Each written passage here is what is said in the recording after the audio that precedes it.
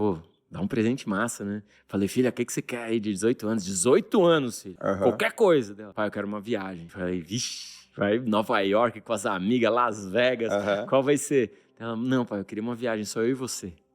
Eu e você pro Vale dos Vinhedos, ela quer ir. Caramba, e vai eu e minha filha lá pro interior do Rio Grande do Sul passear, meu, como a gente fazia quando ela era.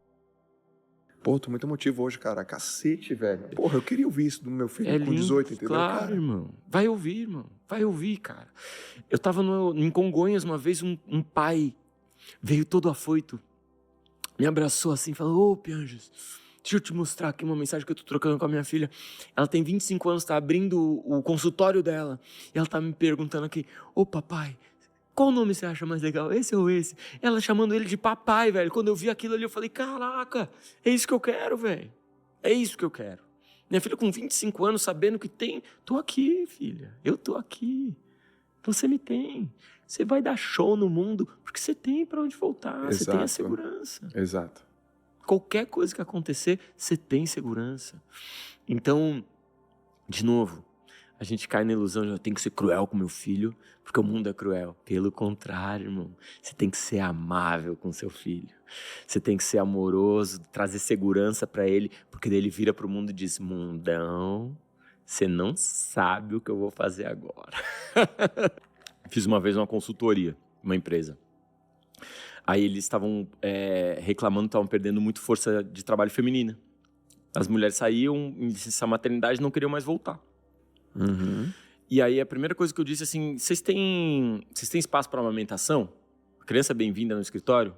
Eles já se olharam assim. Ah, mas a gente não tem um espaço para botar na empresa aqui para trazer bebê, Pianjas. Vai atrapalhar os bebês. Aí eu perguntei, mas não tem um dia que traz cachorro? Eles se olharam assim, tem. Fica uma reflexão. Fica uma reflexão. Segunda reflexão, vocês não querem perder as mães. A força... Que tá uma creche dentro ali, perto do trampo, uma creche, de repente, no próprio escritório. A gente vê várias empresas fazendo isso, né, ao redor do mundo. Pô, mas não tem espaço, Pianjas. Não tem, seja fazer um tempinho. Eu falei, e tem fumódromo? Tem fumódromo. Então o problema é espaço? Ou é uma percepção de que criança não tem valor nenhum? Porque eu adoraria também fazer essa reflexão. A criança chora no avião. A criança chora no restaurante. O hotel, não. Aceitamos criança. Na empresa, engravidou. Que isso, não é comprometida. Então você não... Que relação essa sociedade tem com o ser mais importante para que ela continue existindo, cara? Porque tem aquele provérbio africano que diz precisa de uma aldeia para criar uma criança, né? É necessário uma aldeia para cuidar de uma criança, cara. Só que também são necessárias crianças para formar essa aldeia, cara. Sacou? Se a gente não trata bem essas crianças, não existe aldeia, não existe empresa. Não existe empresa. Alguém cuidou dessa tua parceira aí. Alguém cuidou dela. Alguém trocou fralda. E você foi o chefe que disse, esse seu filho é bem-vindo. Pô, cara. Vem brilhar. Vem brilhar. Falta demais isso, sabe? Em gestores, donos de empresa. Sempre que eu trago a questão, por exemplo, do aumento da licença paternidade, tá? Uhum. Imagina, a mulher ela tem a vida biológica dela impactada, social dela, perde umas amigas, sei lá, e profissional impactada, né? 4 meses de licença, se a empresa for cidadã, 6 meses de licença. Homem, 5 dias. A licença paternidade no Brasil é menor do que o carnaval, velho. Não tem trocador no banheiro masculino, nenhuma boneca fala papai, as bonecas falam tudo mamãe. Você começa a olhar para a forma como a gente trata a chegada de uma criança. E aí eu levanto a questão de, quem sabe, 10 dias. Eu dou uma choradinha. Na minha empresa, o Douglas descobriu que ia ser pai. Ele falou, preciso falar contigo e tem que ser presencial, precisa ser ao vivo. Eu, beleza, vai ser pai. Já cheguei dizendo, vai ser pai. Queres uma licença? Quero. 1 ano de licença remunerada para você, Douglas. 1 ano. 1 ano. Eu meti na minha empresa o que eu acho que deve ser feito. Porque onde tá? O que é uma empresa, velho? Empresa é um pequeno mundo. Você está criando um pequeno mundo aqui. Você, pela primeira vez, teve a chance de criar um mundo, uma sociedade aqui de educação, de respeito, de honestidade. Eu tenho a minha empresa, eu que mando na minha empresa. Gosto disso, gosto. Eu falei, mano, Nesse mundo quem manda sou esse eu. mundo eu que mando. Do meu jeitinho. E do meu jeito, você vai ter 1 ano para curtir seu filho com paz financeira, irmão. E tá lá o Douglas e a Ana cuidando do Miguel. O Miguel é aquele ser maravilhoso, velho, por 1 ano. E faz uma diferença brutal para criança, sem dúvida. Todas as pesquisas mostram isso, tá? Isso aí a gente pode falar tecnicamente. Tem impacto maravilhoso para a sociedade quando existe uma licença paternidade estendida. Um impacto maravilhoso para a esposa, velho. Porque a mulher, ela pode se cuidar, voltar a trabalhar mais tranquila, sabe? Ela pode aceitar uma promoção, porque tem um parceirão lá, entendeu? Tem um cara que tá lá, que pega na creche, tá ligado? Ela pode produzir mais, ela pode estar mais focada, ela pode descansar, se quiser descansar, velho. E nesse processo, o cara se transforma num homem que aprende muitas coisas, como tu mesmo já disse, né? Como cada filho vai te quebrando uma série de matrix e vai te salvando de um monte de traumas. Ou seja, quando eu digo isso, eu não tô falando só pela mulher, velho. Tô falando pela criança, mas também pelo cara, pelo homem. E sempre que eu digo, vamos aumentar um pouquinho a licença paternidade, sempre me dizem assim, mas daí vai quebrar, as empresas vão tudo quebrar. Eu digo, pô, tá, velho, então, sei lá, 5 dias e meio. Vamos pelo menos refletir sobre a possibilidade da gente criar empresas que recebem bem crianças, velho. Que é a coisa mais linda do mundo. E a gente sabe que não vai quebrar, né? A gente sabe que as empresas não vão quebrar. Não vão quebrar, velho. Elas não vão quebrar. Então, mas assim, talvez o pai quebre. Exatamente. E quebra. Quebra, pô. E a mãe quebra.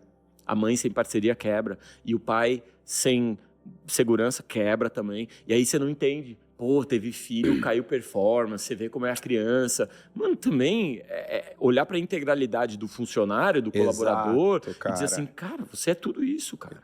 Exato, cara. Exato. Putz, exato. Quantas vezes eu gosto de fazer essa brincadeira. Quantas vezes, vamos supor, a Aurora é ótima de quebrar copos. Ela quebra um copo. Ela é ótima. Maravilhosa, é incrível como ela consegue. Muito bom. E sempre da mesma forma. Então, já aconteceu assim, Ela é ótima. ela quebrar um copo. E eu pensar, o que eu faço, né? Primeiro, grito, né? Segundo, você vai pagar esse copo. Você que vai pagar esse copo que você quebrou. Terceiro, um tapa na mão, já pro seu quarto, enquanto eu limpo.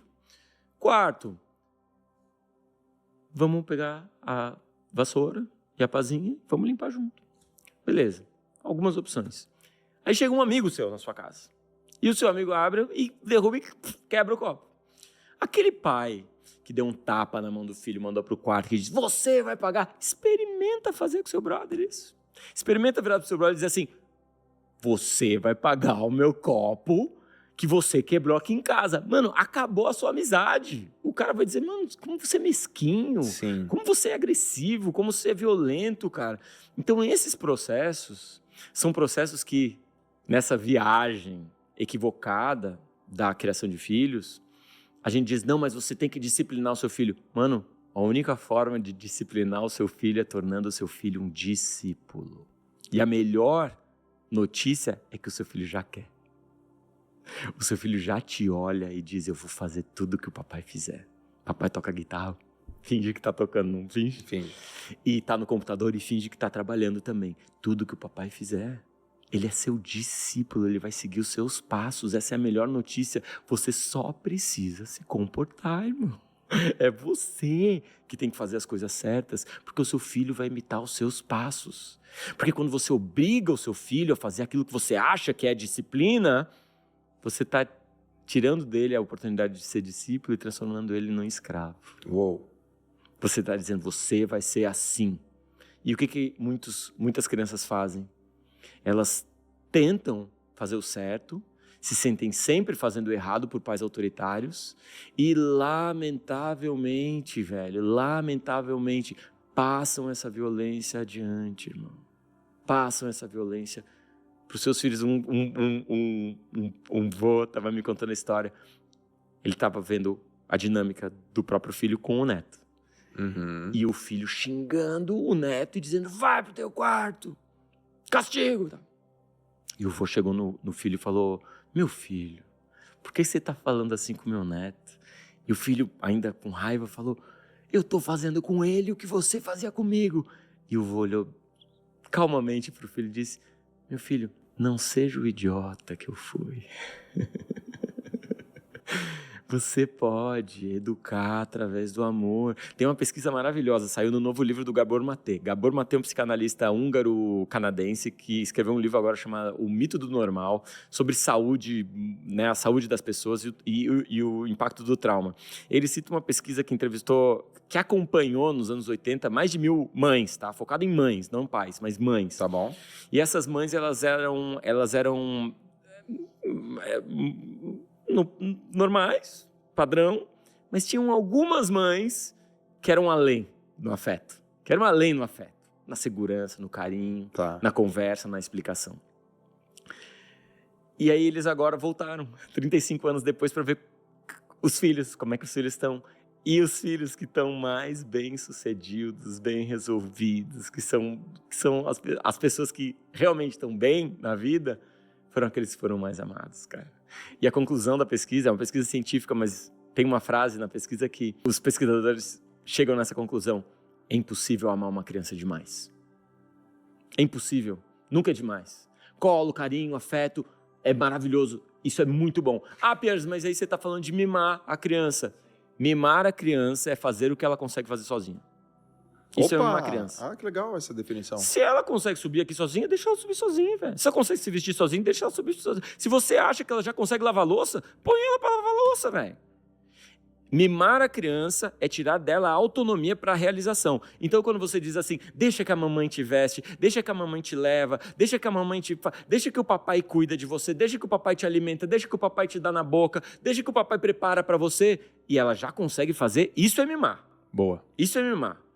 Dá amor abundante, colo, chamego, beijo, elogio, o elogio certo, né? Você se esforçou, hein? Elogio certo. Bate aqui. Uou. Demais. Eu confio em você. Você tem valor pra mim. Eu gosto de cuidar de você. Essas coisas nunca é demais. E, cara, dá pra perceber nas crianças, cara. Dá.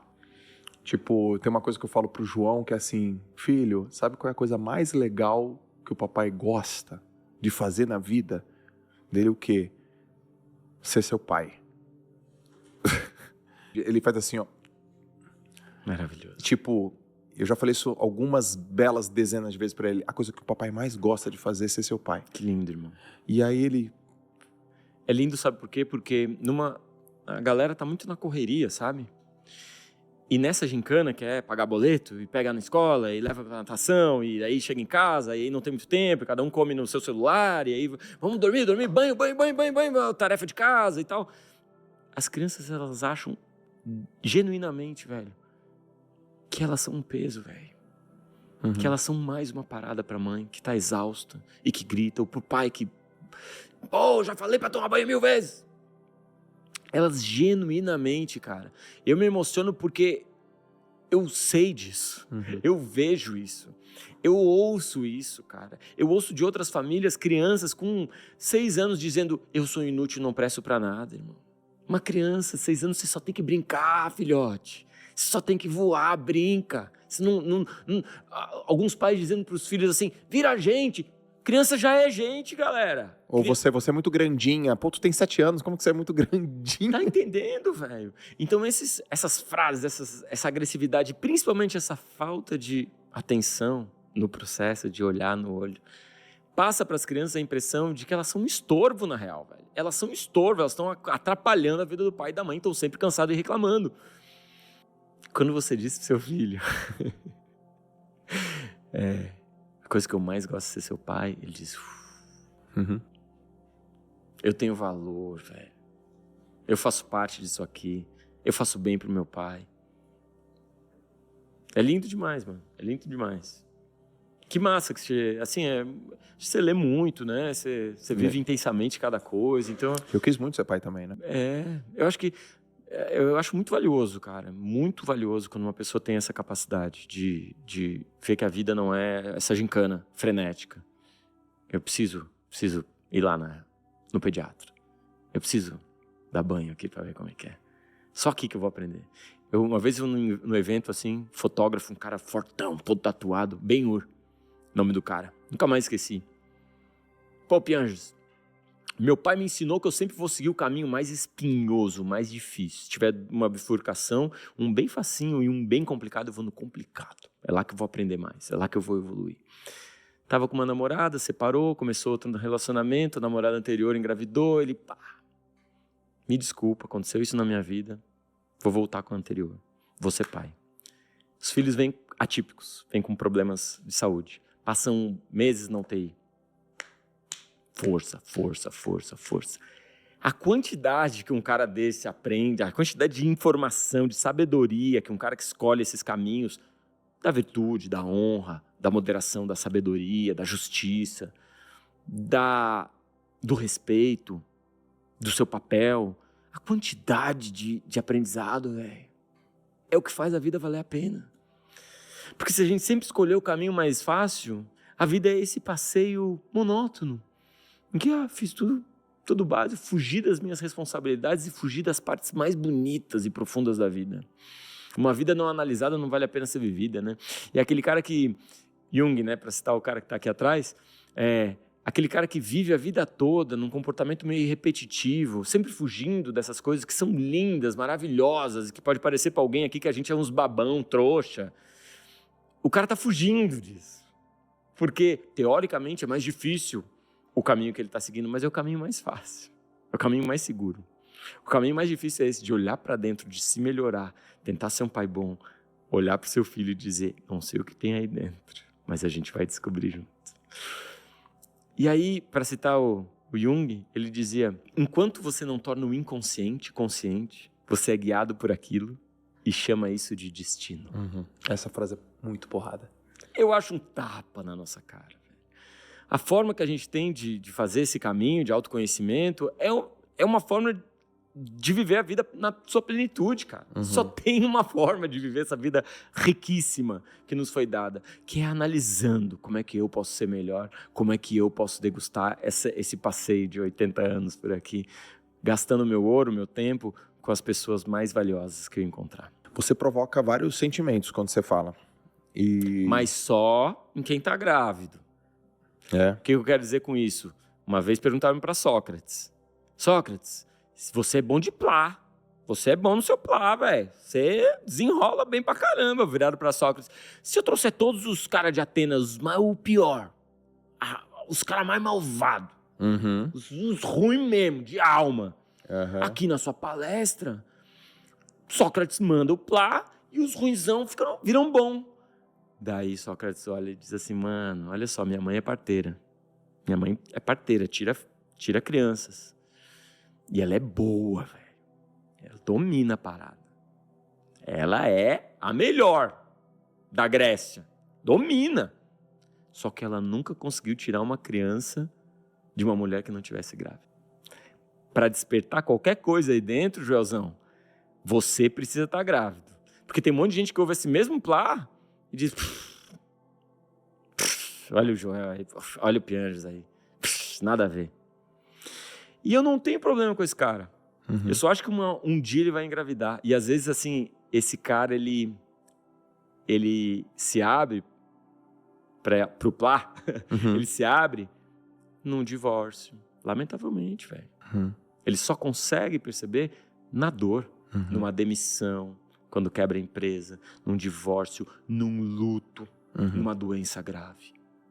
Aí ele vira e diz, como é que é aquele papo lá de olhar pra dentro, de buscar harmonia, de entender os meus traumas e não passar adiante? Como é que é? Não tem problema. Só que a paternidade é a chance que a gente tem de mudar pelo amor, não pela dor, velho. Chegou Sim. a criança, você não precisou do divórcio, do luto, sabe, da morte, da demissão. Chegou a criança, é a sua chave da prisão, irmão. Agora é a hora. Vai lá, chora, velho. Homem chora, homem troca fralda, homem se acerta com a esposa, homem se fortalece nas suas vulnerabilidades. Sabe, homem troca ideia com o brother. Vai lá, irmão, agora é a sua chance. E aí o filho faz essa transformação, essa mudança. Que é mais um presente que os filhos nos dão, né, mano? É uma ilusão muito charmosa, né?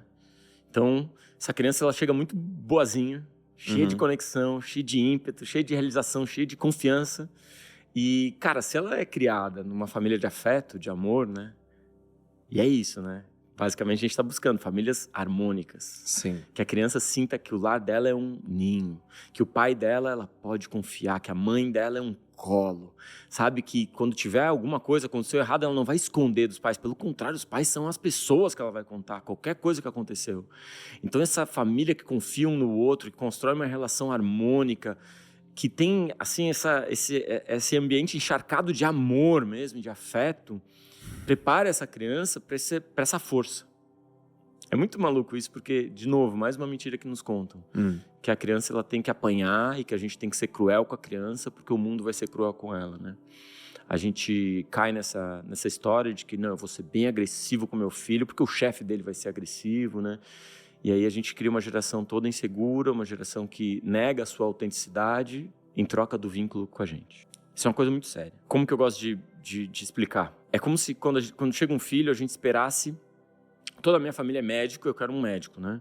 Toda uma família corintiana, eu quero um corintiano. Então, só que filho não é máquina, não é robô. É uma planta que vem diferente. Às vezes, numa família de pinheiro, vem uma goiabeira, velho. E o seu papel não é transformar e podar aquela goiabeira de forma que pareça um pinheiro para mostrar para os outros. Ó, viu? É um pinheiro. Isso é o nosso sucesso, nosso sobrenome. É você olhar e dizer, filhão, meu papel aqui é entender a goiabeira, como é que a goiabeira funciona. E não atrapalhar o crescimento da goiaba. Exato, dar uma podada. Não atrapalha, cara. O solzinho bate daqui, tentar adubar. E a goiabeira fica gigante, maravilhosa. Ou, né, como muitos pais fazem, agressividade, crueza, castigo, punição. Essa goiabeira, ela vai tomar duas atitudes. Ou ela vai fingir que ela é um pinheiro para estabelecer vínculo com aquela família que não ama goiabeiras. Ou ela vai, o resto da vida, não se achar uma goiabeira suficiente, né? Enfim, se auto-sabotar, entender que ela não tem valor nenhum. Isso a gente chama de trauma familiar, né?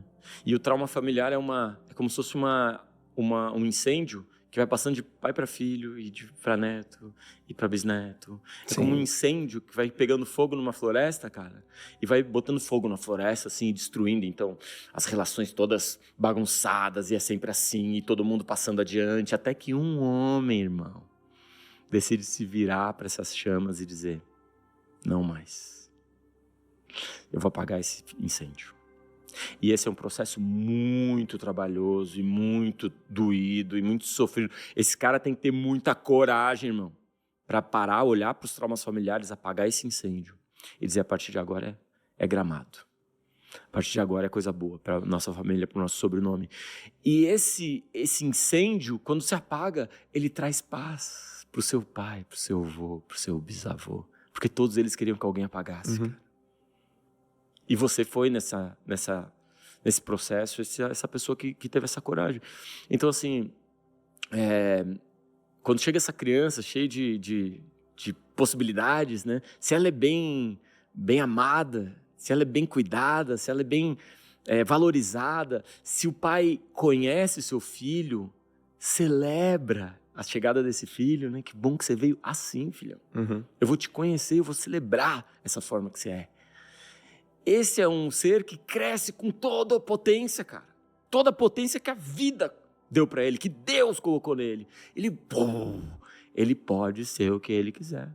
Ele vai ter a coragem de dizer assim, eu mudo, eu pivoto, eu quebro, eu caio e eu levanto. A pesquisa clássica de Harvard, né, citada tantas vezes, 80 anos estudando... De felicidade, né? Sim. O que é a coisa mais importante para a felicidade de longo prazo?